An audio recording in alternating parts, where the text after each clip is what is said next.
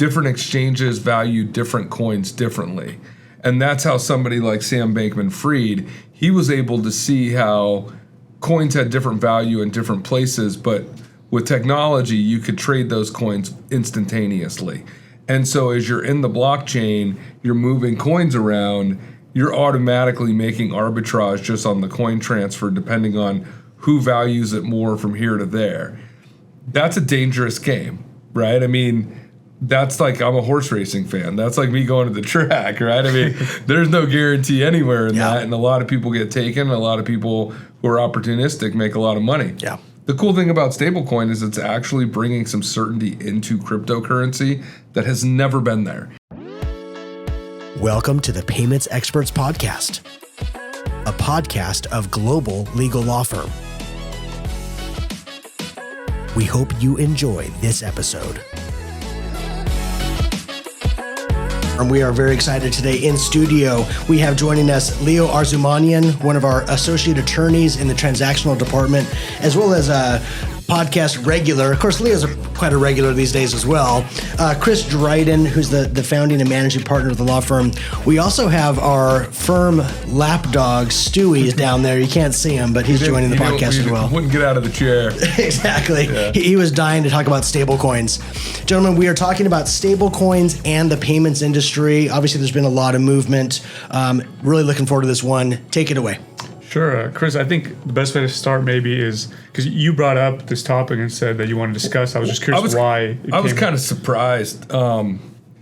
So it's kind of a background, but I've always felt like the adoption to digital currency has been blunted by the card associations.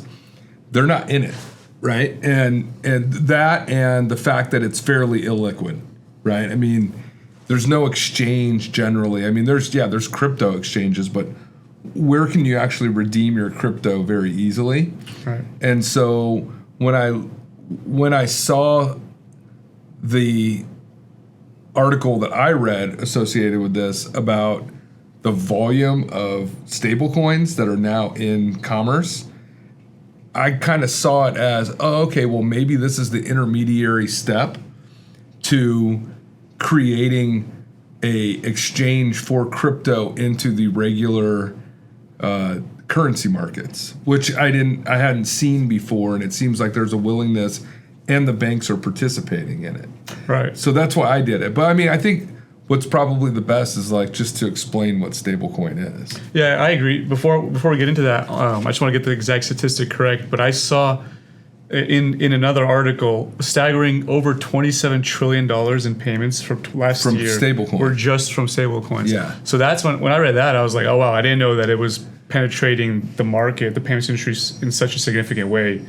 Well, there's it's a macro thing, right? I mean, there's currency markets, and the thing about a stable coin that's different than cryptocurrency is a stable coin is actually backed by an asset, usually something like the U.S. dollar. Right. I kind of think of it like a digital dollar, right? So if you have one stable coin, it's like if it's pegged to the U.S. dollar, you have one digital U.S. dollar. And I think there are numerous benefits to using stable coins. I think some of the ones, as I started like learning more about their use cases and why a lot of the big players are getting involved is real, near instantaneous transactions, right? Very low, almost penny costs when it comes to the fees of transferring money versus something like wire transfers, which can be upwards of about $25, $30, $50 for a wire transfer. Yeah, it's like a secure instantaneous where, banks generally, even for ACH, I've been surprised where, I mean, this is why like instant payments or real-time payments has been so big, but until FedNow is really operational, which I don't believe it is, it's hard to get instantaneous payments. Stablecoin actually represents something that's much faster than even ACH at this point. Yeah, it's instantaneous, and then also you could do all sorts of interesting things. One thing I came across is the fact that stablecoins could be programmed with smart contracts to automate payments. Yeah, what does that mean? Well, I'm still learning it, but my general understanding of what smart contracts are is it's essentially like a sort of digital rule set of instructions that are built in on the ledger, and then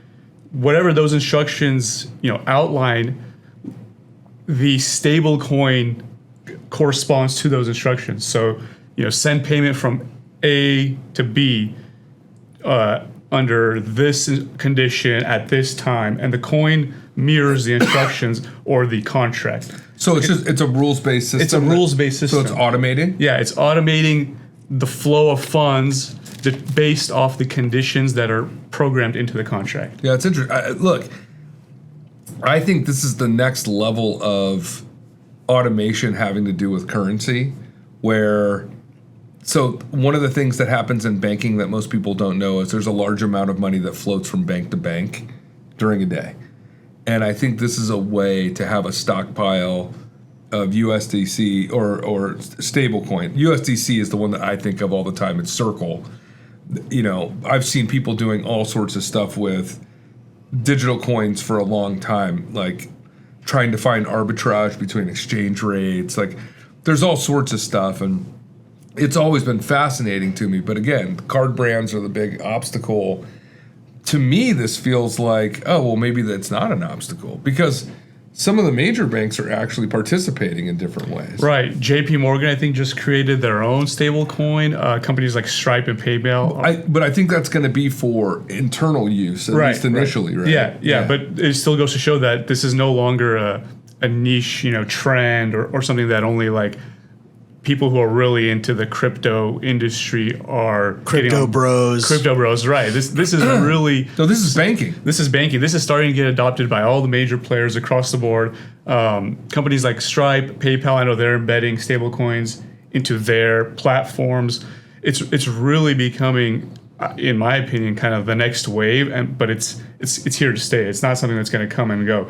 They're all coming up with various use cases on how to implement stable coins into their funds flow and into their offerings. Yeah, I think part of it is there's just been a little bit more clarity.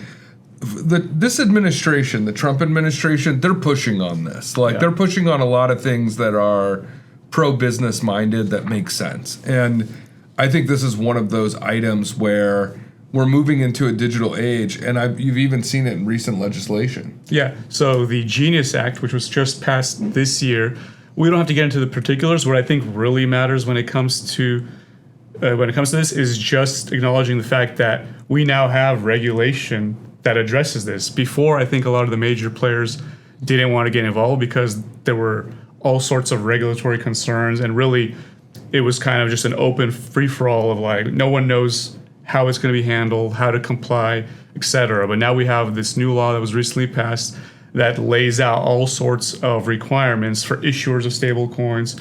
And I think that, coupled with the fact of what you just said, which is that the administration is backing this industry, is really going to increase the adoption of the use of stable coins, and just the cryptocurrency industry in general, in my opinion, is going to really be boosted by all this. Well, I just look at it as when banking auditors have some sort of clarity about regulation, you're now within the banking environment. And that's what the Genius Act really did, was create the ability for banks to play in this playground. I mean, the people that have really won in crypto are the computer programmers who understand how to go from crypto exchange to crypto exchange and leverage transactions based on demand, that they've figured out how to write an algorithm to make that happen. How to develop these smart contracts and implement all these sorts of APIs. There's just so many interesting new technologies being developed on top of each other, and that's why I think it's such an interesting industry. Well, Leo and I read a book by Sam Bankman-Fried by Michael Lewis. I didn't know. I've always kind of stayed out of the crypto because I like things that are a little more stable. I'm a little more old school in that fashion. And these are stable coins. but one of the things that I liked about the book was understanding how different exchanges value different coins differently. And that's how somebody like Sam Bankman-Fried, he was able to see how coins had different value in different places, but with technology, you could trade those coins instantaneously. And so as you're in the blockchain, you're moving coins around, you're automatically making arbitrage just on the coin transfer, depending on who values it more from here to there. That's a dangerous game, right? I mean, that's like, I'm a horse racing fan. That's like me going to the track, right? I mean, there's no guarantee anywhere in that. And a lot of people get taken. A lot of people who are opportunistic make a lot of money. Yeah. The cool thing about stablecoin is it's actually bringing some certainty into cryptocurrency that has never been there. And to me, now all of a sudden, I'm like, oh, okay, well, how do we play with this currency? Because I do believe that as we move into the future, you're going to see people connected by currency more than they ever have been. No, And that's coming. Yeah, I think that's a great point. And one thing you just touched on, the blockchain, I think that's going to be another big factor in allowing these big players, the banking system, all these processors, et cetera, to jump into this, is that you can see every single transaction on the blockchain. So there is a clear Until record. there's the Snapchat of the blockchain. Yeah, exactly. So there's this clear record of all these instantaneous transactions, and it allows you to really, if you're focused on compliance and KYC and things like that, it really allows you to have kind of an established, verified record of everything that's going on. And I think that's just another plus to the system where... Well, the plus is that, just an opinion, is that the more transactions, the more revenue from the transactions. Yeah. So having that security, people will transact more. I mean, I walked into my house the other day. It's a little off topic, but sort of analogous. And I said, don't anybody buy anything online that's from a foreign country because you're going to get stuck with a bill right now. Like the government did away with the de minimis exception. So it used to be up to $800 when you bought something. Like you didn't have to worry about tariffs. Well, now with the tariffs in place, anything that you buy that comes from a foreign producer, anything, UPS may be demanding money for that delivery to take place. And so, or it gets sent back. I mean, there's countries that won't even ship to us right now because there's uncertainty in this and they don't know how to address, who's going to pay for the tariff. So it's interesting, but that's reducing the number of transactions, right? I mean, and that's where all the money gets made. It's not just the volume, it's the transaction count. Because money, every time that money changes hand, it doesn't matter if it's 50 cents, there's a transaction fee. So having something like that where you can actually track it and people feel comfortable, it used to be like, hey, I got a debit card, it's under $10, like that used to be a thing with people. Like now it doesn't matter. Right. So, right. Yeah, that's a really great point. And actually something, it raises a question that I wanted to ask you, which is, I don't know if you've seen this, given that you also do litigation, but have you seen anything come up where these bigger players, the banks, et cetera, are hesitant because the system is decentralized, which allows anyone and everyone to participate in, including bad actors? Has that ever came across your radar? Well, I mean, there's bad actors in the payments landscape altogether. And I mean, I can sit and name like 4 to 5 schemes that I see perpetrated all the time. Look, I'm on the periphery of the whole thing, and I'm not even an underwriter. Every time I see a litigation case, I'm like, poor underwriting. Like, I don't care what it is, right?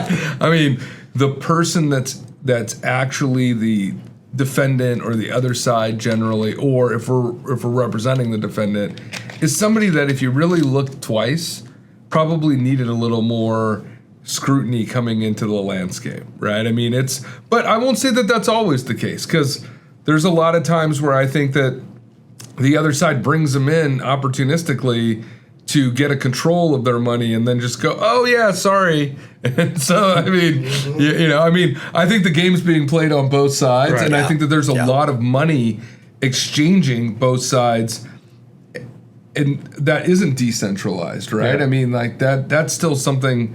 But to your point, I don't know. It's like every time I start to think about this subject matter, the next thing I'm in Blade Runner and I want the suit for 13 credits. So we're like, where do we go? Right. Thank you for listening to this episode of the Payments Experts Podcast, a podcast of Global Legal Law Firm.